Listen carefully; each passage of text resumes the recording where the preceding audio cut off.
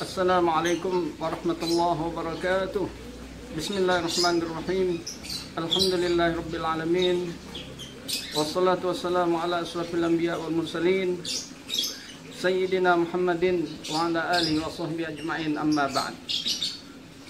Alhamdulillah pemirsa sekalian, kita dapat bertemu kembali.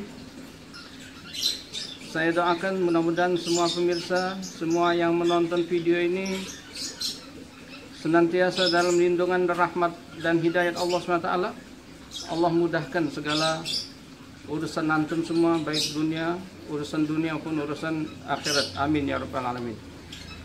Dalam kesempatan ini kita akan membahas satu hadis Nabi, yang mana hadis ini jarang dikemukakan, yaitu hadis Nabi yang berbunyi, Ya Aba Umair, ma fa'alan nughair.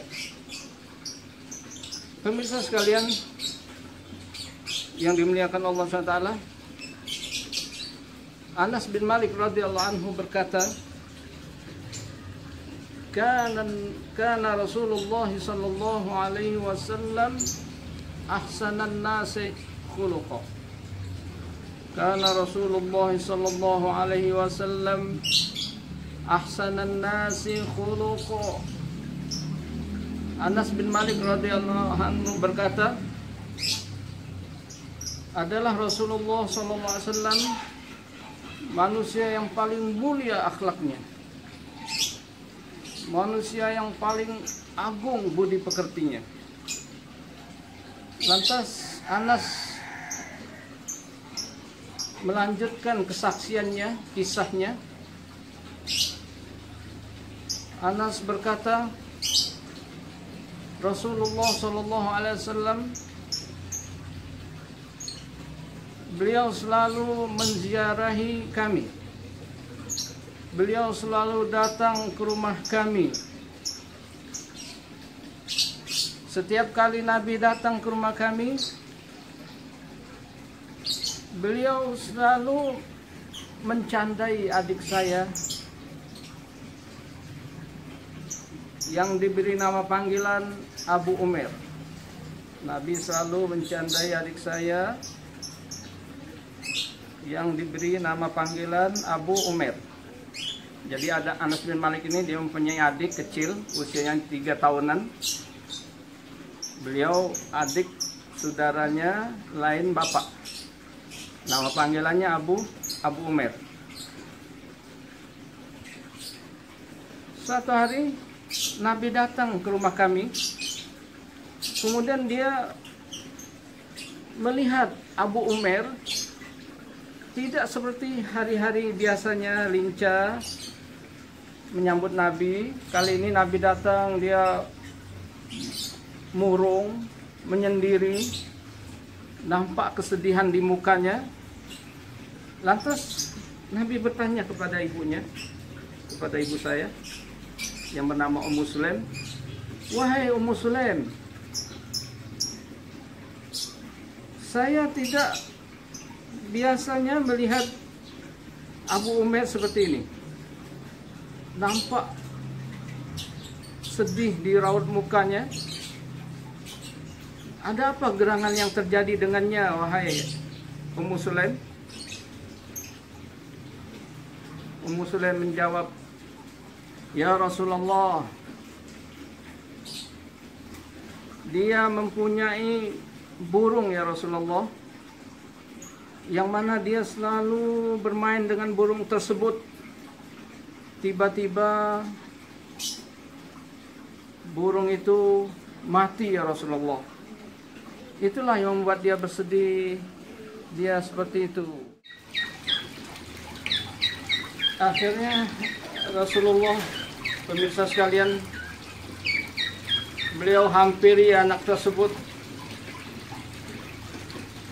Nabi hibur anak tersebut, Abu Umair, yang sedang bersedih.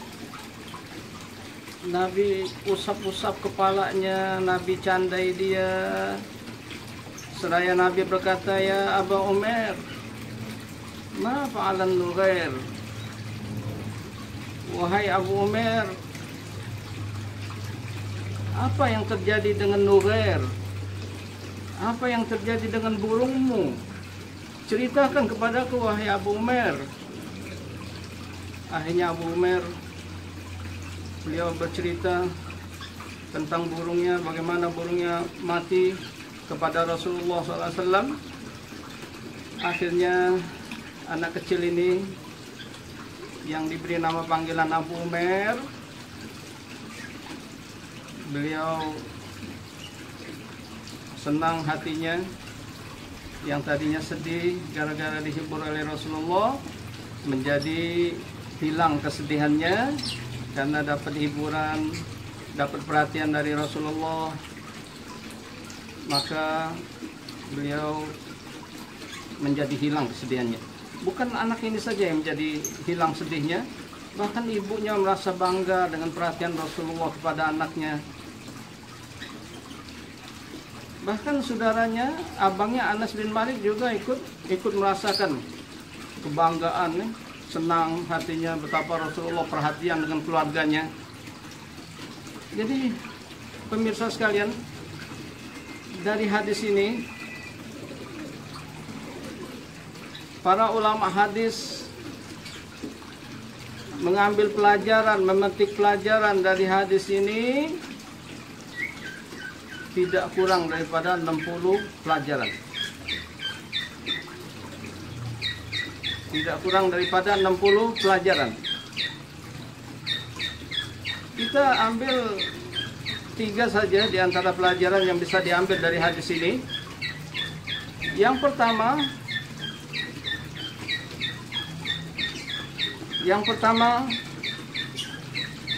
hendaklah seorang majikan yang mempunyai pembantu, mempunyai karyawan, mempunyai pekerja, hendaklah dia menganggap pembantunya, pekerjanya seperti keluarganya. Dia datangi, ziarahi ke rumahnya, orang tuanya dia lihat, seperti halnya Rasulullah SAW. Jadi beliau selalu mendatangi rumah Anas bin Malik, yang mana Anas bin Malik ini adalah pembantunya. Kemudian yang kedua, pelajaran yang kedua, dibolehkan kita memberikan nama panggilan yang baik kepada anak kita, anak kecil. Bahkan dianjurkan, seperti Rasulullah memberikan gelar kepada adiknya Anas yang usianya 3 tahunan dengan panggilan Abu Umair. 3 tahun, belum punya anak, tapi Abu Umair, bapaknya Umair. Jadi dianjurkan kita memberi nama panggilan kepada anak-anak kita, nama panggilan yang baik. Kemudian hikmah yang ketiga, pelajaran yang ketiga dari hadis ini bisa diambil pelajaran, yaitu kita dibolehkan untuk memelihara binatang kesayangan kita, seperti dalam hadis ini burung. Jadi sekalipun anak kecil diberi mainan burung, asal anak kecil itu tipe anak kecil yang penyayang, dia megang tidak sampai menyakiti burung, seperti Abu Umair ini, dibolehkan. Jadi kita boleh melihara binatang peliharaan kita, binatang kesukaan kita, seperti burung ini. Tapi dengan syarat kita tidak boleh menyakitinya, menzaliminya, menyiksanya, dia merasa tersiksa. Misalnya burung, kita buatkan kandang yang luas seperti ini. Seperti ini kita buatkan kandangnya yang luas. Kemudian kita berikan pasangannya, berpasang-pasangan seperti ini. Ini laki, yang itu perempuan. Dibuat pasangannya, semua berpasang-pasangan. Kemudian makanan dan minumannya jangan sampai kurang, jangan sampai kelaparan.